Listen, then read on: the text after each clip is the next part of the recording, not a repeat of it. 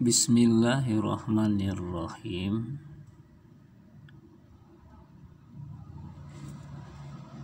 Assalamualaikum warahmatullahi wabarakatuh.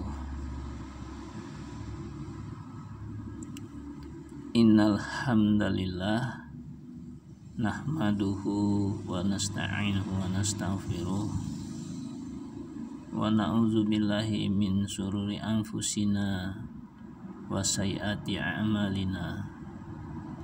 May yahdihillahu fala mudhillalah wa may yudlil fala hadiyalah. Asyhadu an la ilaha illallah wahdahu la syarikalah wa asyhadu anna Muhammadan abduhu wa rasuluh. Amma ba'd. Pemirsa, alhamdulillah, kita panjatkan syukur kehadirat Allah Subhanahu wa taala. Jumpa lagi di channel saya ini. Salawat dan salam semoga tercurah kepada junjungan kita Nabi besar Muhammad Sallallahu Alaihi Wasallam beserta sahabatnya, keluarganya, serta orang-orang yang mengikuti sunnahnya. Pemirsa, pada kesempatan ini kita akan membahas tentang dukun.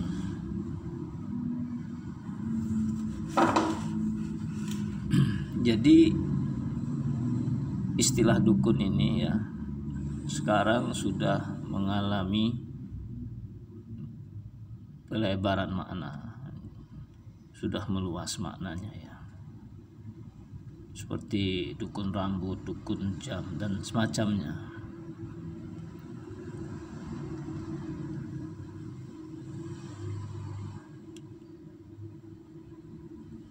Dukun dalam arti terminologi syar'i dikenal sebagai kahin dan arwah.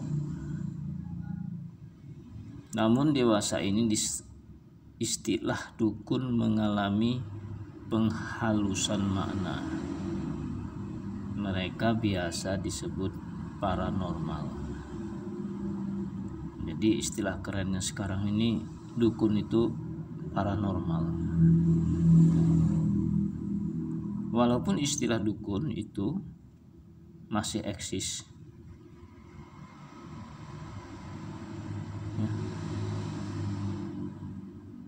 dukun itu sama dengan paranormal. Dukun itu sebutan adalah istilah lain dari paranormal. Banyak orang yang terkecoh dengan istilah paranormal, padahal paranormal ini adalah nama lain dari dukun, karena praktek mereka tidak berbeda. Perbedaan istilah saja ya. Perbedaan istilah tapi tidak merubah hakikat sesuatu.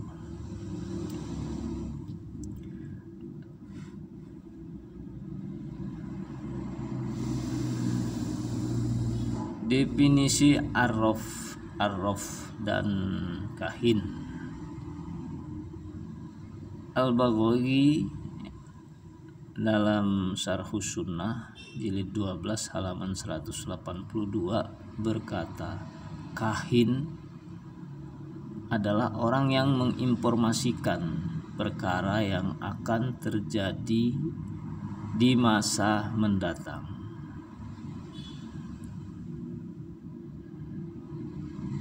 Dia mengklaim tahu hal-hal rahasia dan mengetahui ilmu gaib.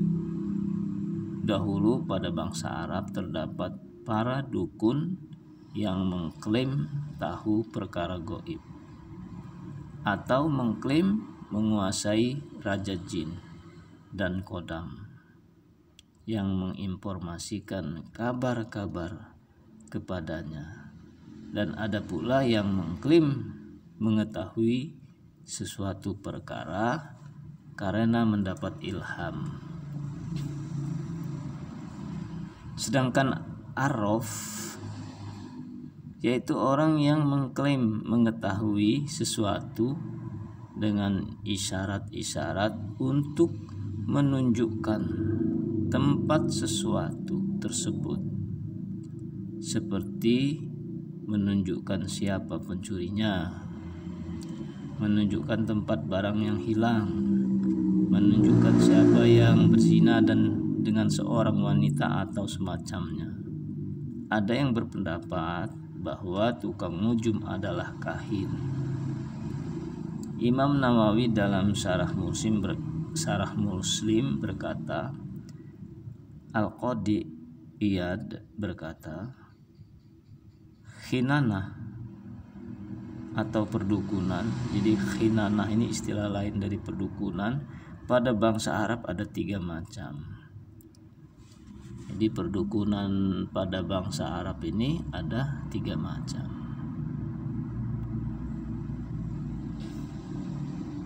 Pertama, seorang mempunyai pembantu jin yang menginformasikan kabar yang dicuri dari langit. Jenis ini telah dibatalkan ketika Allah mengutus Nabi kita Muhammad Sallallahu Alaihi Wasallam.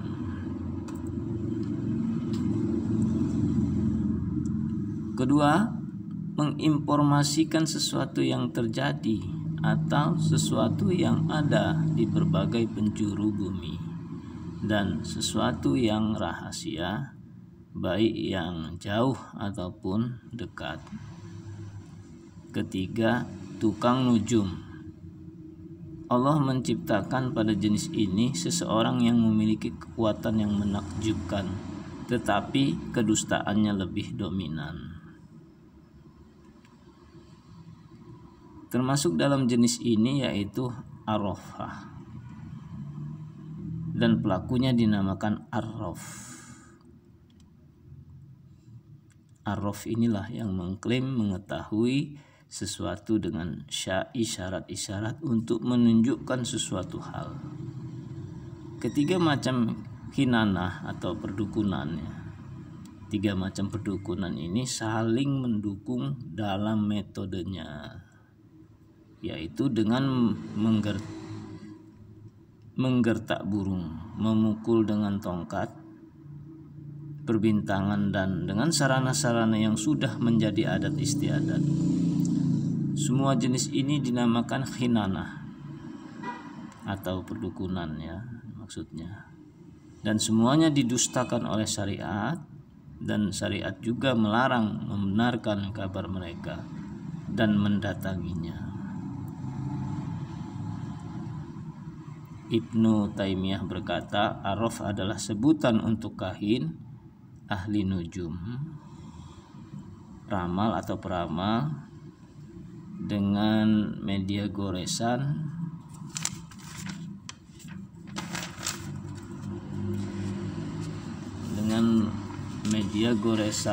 pasir ya, atau semacamnya dari orang-orang yang membicarakan perkara-perkara gaib dengan cara-cara tersebut.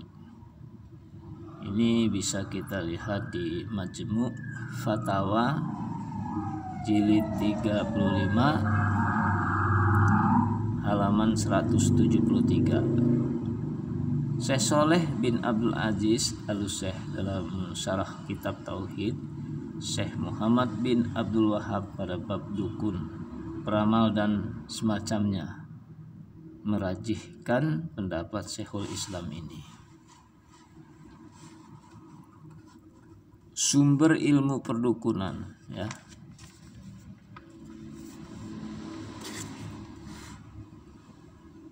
Jadi dari hadis Aisyah bertanya kepada Rasulullah, "Wahai Rasulullah, sesungguhnya para dukun mengkabarkan sesuatu kepada kami, dan kami dapati kabar mereka adalah benar."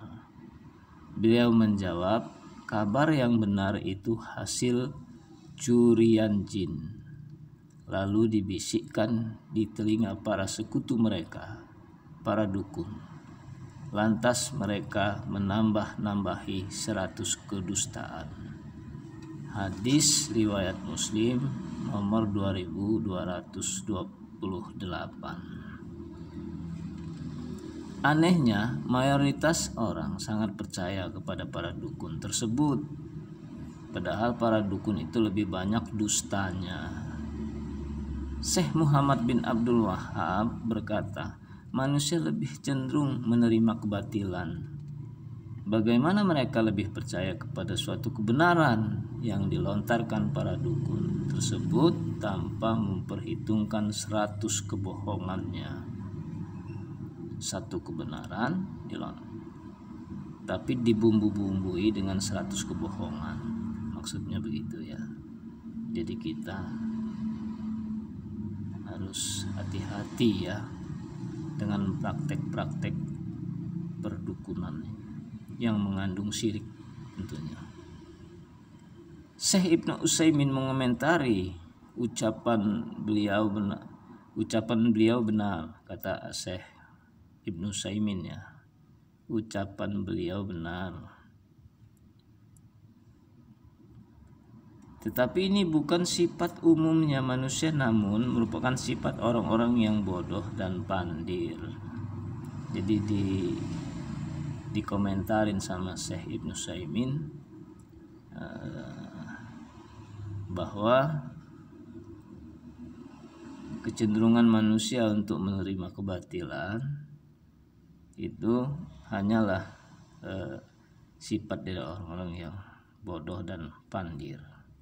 Mereka bersandar kepada paranormal hanya karena satu kebenaran itu, tanpa memperhitungkan 100 kebohongannya. Jelas bahwa sebagian orang-orang bodoh tertipu dengan kebaikan yang tercelup dalam kerusakan. Tetapi orang yang berakal dan beriman tidak akan terpedaya.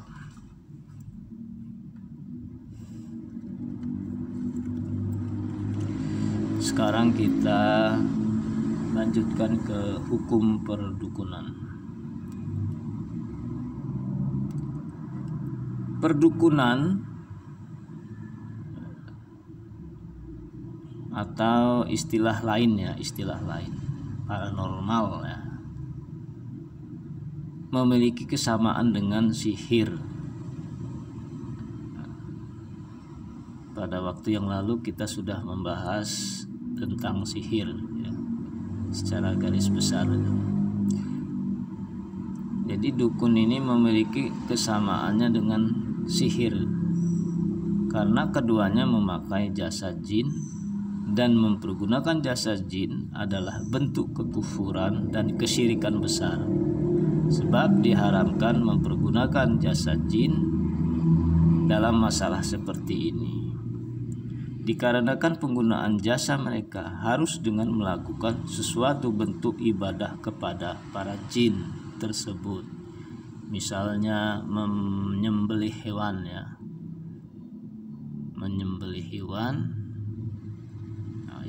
istighosah kepada mereka, atau melakukan bentuk kekufuran kepada Allah seperti menghinakan Al-Quran, mencela Allah, atau perbuatan kufur atau syirik semisalnya. Ini bisa kita lihat di syarah kitab Tauhid oleh Syekh Shaleh bin Abdul Aziz Al-Syekh bab dukun, peramal dan semacamnya.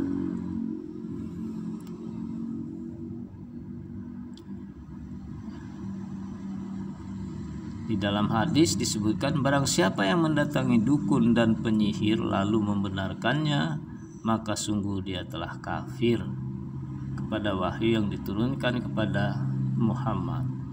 Syekh Abdurrahman bin Hasan Al-Syekh dalam Fathul Majid halaman 356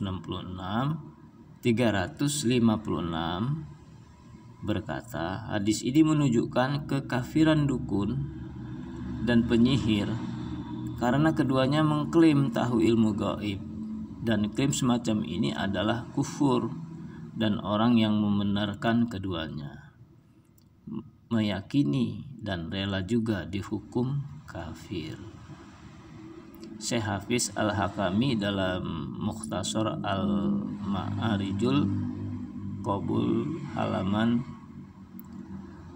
157 berkata, dukun divonis kafir.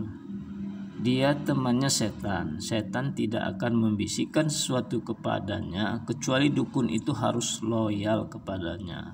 Allah berfirman, sesungguhnya setan itu membisikkan kepada kawan-kawannya. Setan hanya loyal kepada orang kafir. Setan hanya loyal kepada orang kafir. Jadi dia akan membantu orang yang syirik. Setan ini yang syirik.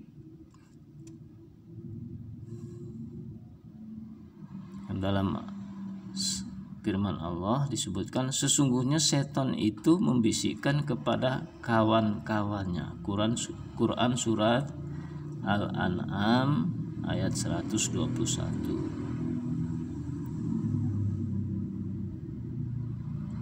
Setan itu disebutkan tadi ya, hanya loyal kepada orang kafir.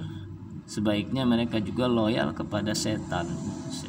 Sesama setan dia juga loyal ya rupanya.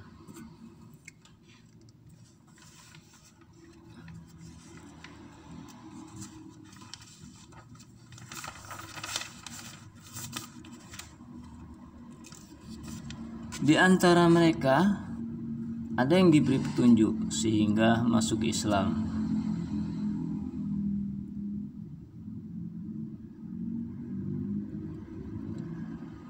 Seperti Sawad bin Qorib. Setelah masuk Islam, setan tidak lagi membisikkan kepadanya. Ini menunjukkan bahwa setan tidak loyal kecuali karena kekafiran seseorang dan loyalitasnya kepada setan.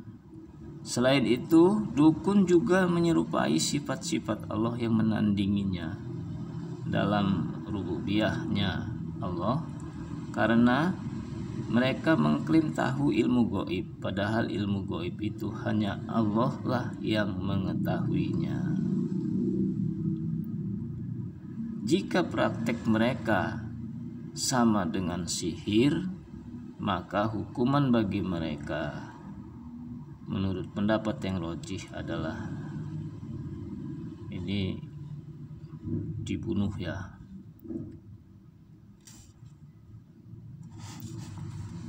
Ya, tapi sekarang sudah ada, negara kita kan berdasarkan hukum yang berlaku di Indonesia, yang sebaiknya pemerintah harus menerapkan hukum-hukum yang terkait dengan perdukunan ini ya.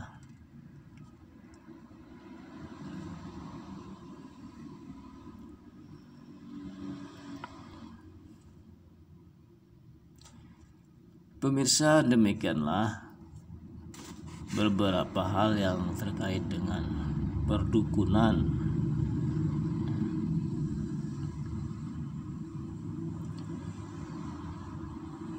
Sedangkan kalau mengenai hukum ya, sebaiknya apa yang diberikan hukuman kepada perdukunan ini, ya sebaiknya pemerintah yang mengeluarkan peraturan tentang hal-hal yang terkait dengan perdukunan ini, sehingga pemerintahlah yang dapat mengambil tindakan yang sepantasnya terhadap orang-orang yang menyimpang dalam praktek perdukunan. Demikianlah ya beberapa hal ini, semoga bermanfaat. Jika ada kata-kata yang salah adalah hilaf dari saya sendiri, dan jika itu suatu kebenaran adalah kebenaran yang haknya kebenaran yang datangnya dari Allah Subhanahu wa taala. Narakum fi video litali. Barakallahu fikum.